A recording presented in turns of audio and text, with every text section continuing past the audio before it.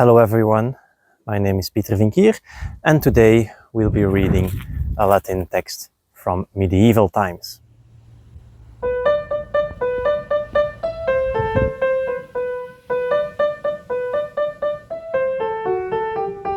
So today's text comes from a text known as the Vīta Sanctī Columbae. It's a text written by Saint Adomnan, who was the 9th bishop of Iona, who lived in the 7th century. This text is about Saint Columba, who was a relative of Adomnan and the first bishop and founder of Iona, who lived in the 6th century. I first encountered this text while reading a book I can recommend to everyone who has no prior knowledge of medieval Latin, a book called Reading Medieval Latin by Keith Sidwell. And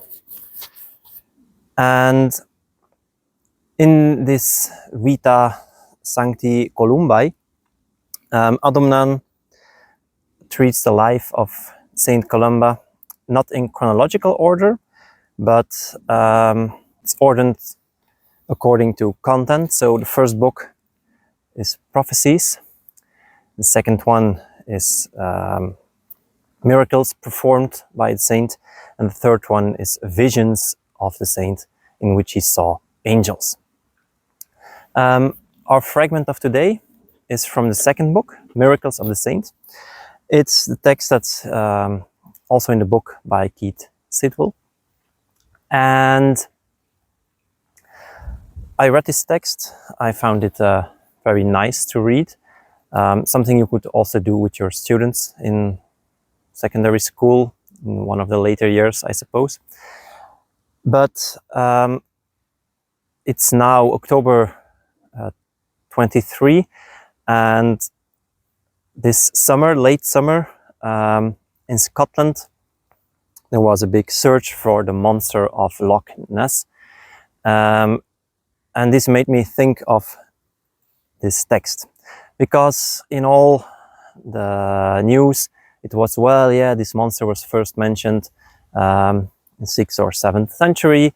And well, that is this text. But what does the text say? Well, I will be reading it in Latin.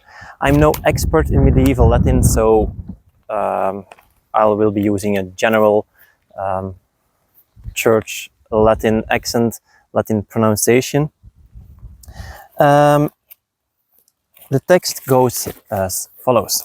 So the episode is titled De cuiusdam aquatilis bestiae virtute orationis beati viri repulsione. So de repulsione, which means about the repulsion, how something was driven away.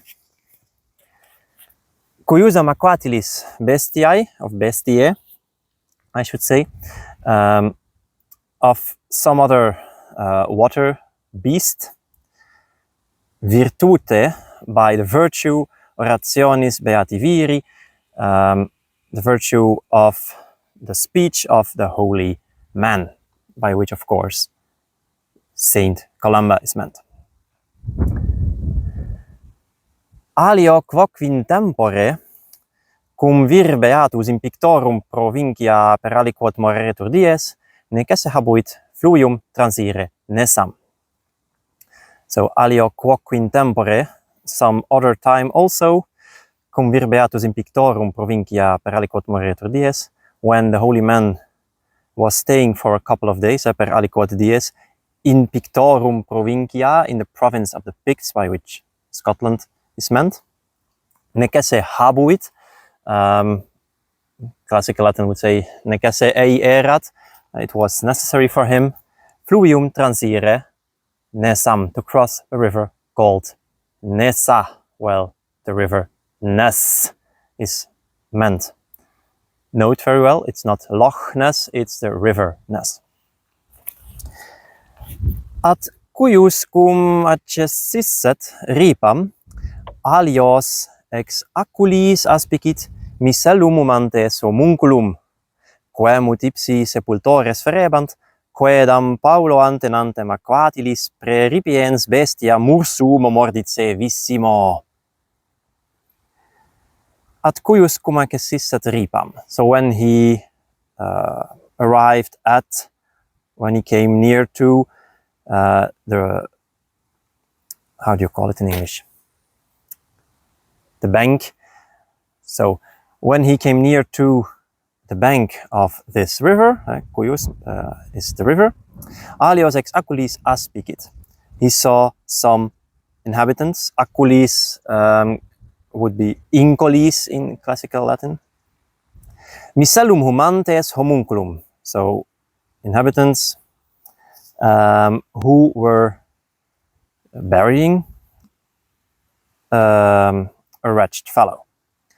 Quemut ipsi sepultores ferebant, quaedam Paula antenantem aquatilis preripiens bestia mursum mordice vissimo.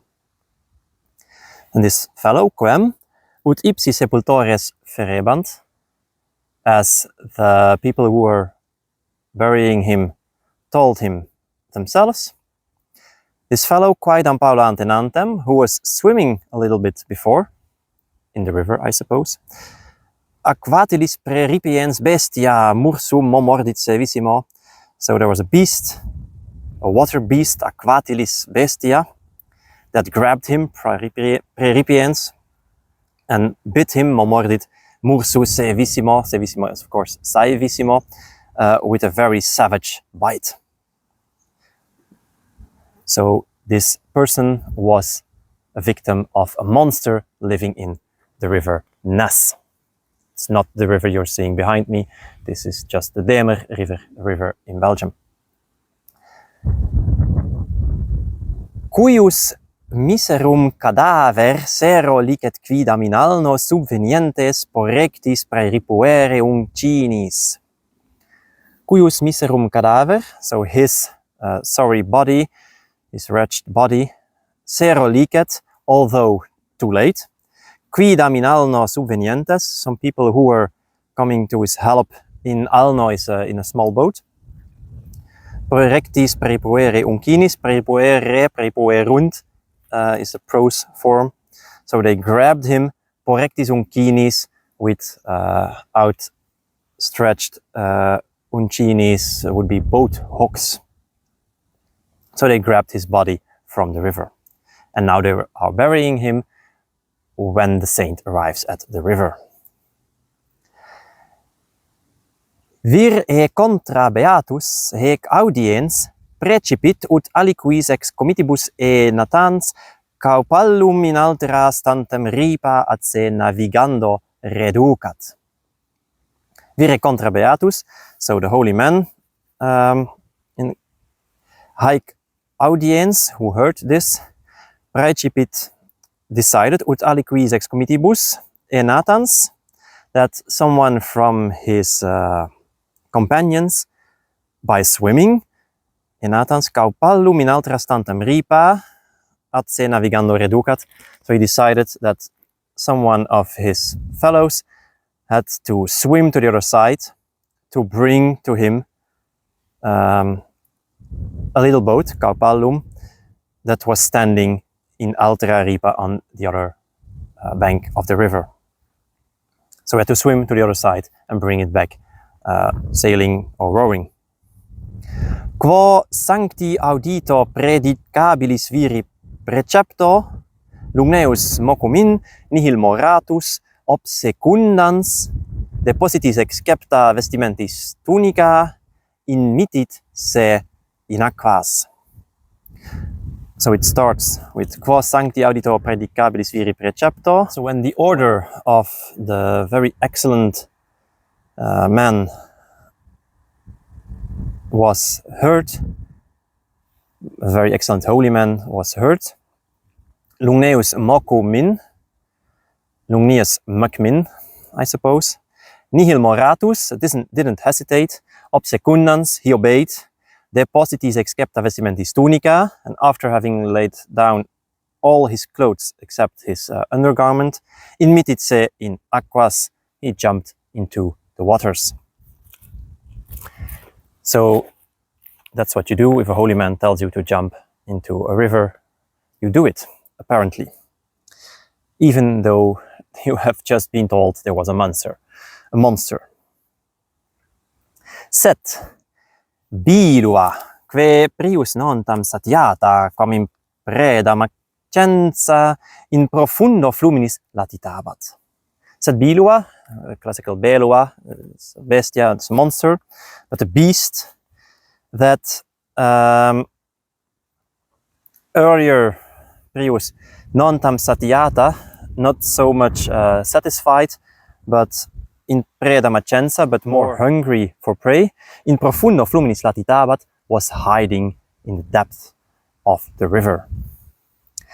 Sentiens eonante turbatam supra aquam, subito emergens natatilis ad hominam in medio natantem alveo, cum ingenti fremitu aperto cucurit ore. Sentiens eonante turbatam supra aquam. So the beast sentiens felt, eonante turbatam supra aquam, felt the turbulent water above him, while eonante, while he was swimming, so that while Luneus was swimming. Subito emergens, and suddenly emerging, the water beast, towards the person who was swimming in medio alveo, in the middle of the river, cum ingenti fremitu, with an enormous sound, an enormous grumbling, aperto cucurit ore, ran, so swam, speedily sped towards him, aperto ore, with his mouth open. Virtum beatus videns, omnibus qui inerant tam barbaris cometiam fratribus nimio terrore perculsis, cum salutare sancta elevata manu in vacuo aere crucis pinxisset signum, invocate Dei nomine feroci impravit bestie dicens. So what is this? Virtum beatus videns. So then the holy man, when he saw it, omnibus qui inerant tam barbaris cometiam fratribus nimio terrore perculsis, while everyone who was there, barbarians and his brothers, were struck, perculsis, nimio terrore, with too much fear, cum salutare sancta elevata manu in vacuare crucis pinxisset signum, when he painted the pinxisset, the salutare signum, the healing signal, crucis of the cross, and he did that sancta elevata manu, with his holy hand elevated in vacuo aere, in the empty air. So the saint made the sign of the cross into the air.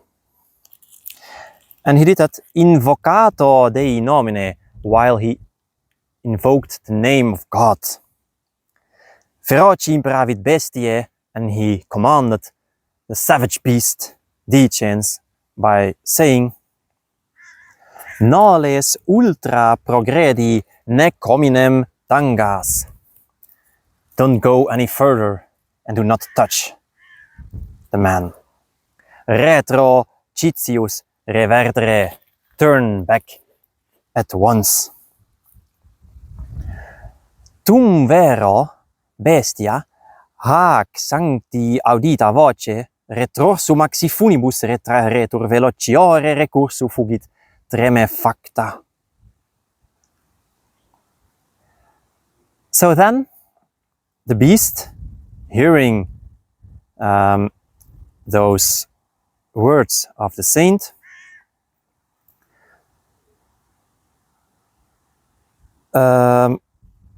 fled, and it fled backwards, like it was pulled, retraheretur, with ropes, even faster than that, velociore recursu fugit tremefacta. So the beast was shaken, tremefacta, and it fled with a even more speedy retreat than just like it was pulled back with ropes. Prius lungneo nanti eo usca propinquavit ut hominem inter et bestiam non amplius esset quam unius contuli longitudo. Quae, that's the beast. The beast that Prius lungneo nanti eo usca propinquavit had earlier approached Lungneo, who was swimming so close, ut hominem inter et bestiam, ut inter hominem et bestiam, that in between man and beast non amplius esset communius contuli longitudo, no more space, non amplius longitudo was in between man and beast, quam unius contuli, than the length of one pole, one long stick. Fratres tum recessisse videntes bestiam, the brothers, who then saw the beast retreating, lugneumque commilitonem at eos intactum et incolumem in navicula reversum, and who saw Lugneum unharmed, their comrade, returning towards them in his navicula, in his little boat. So what did these fratres do? Cum ingenti admiratione glorificaverunt Deum.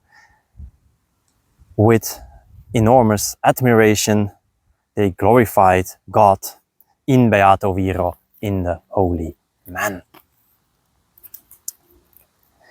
Sed et gentiles barbari, qui ad presens inerant, eiusdem miraculi magnitudine, quod ad ipsi viderant compulsi Deum magnificarunt Christianorum. But the heathen barbarians who were still there, eiusdem miraculi magnitudine, quod ad ipsi viderant, compulsi.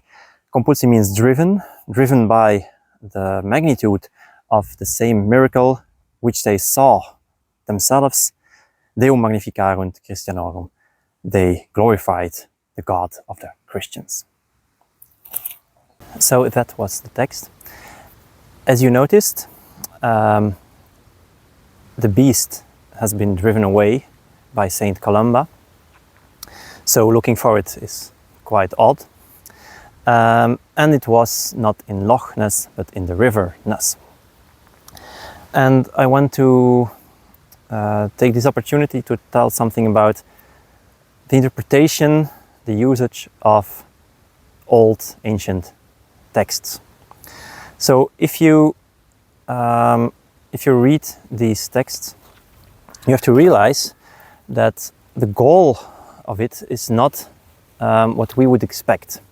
The goal of such a saint's life, such a Vīta, is not to present us with an actual factual story of how this person lived and what he did, but to present the life of the saint as an example of God's power and as an example of how people could live. So that he saw a beast in the river Ness is not a fact.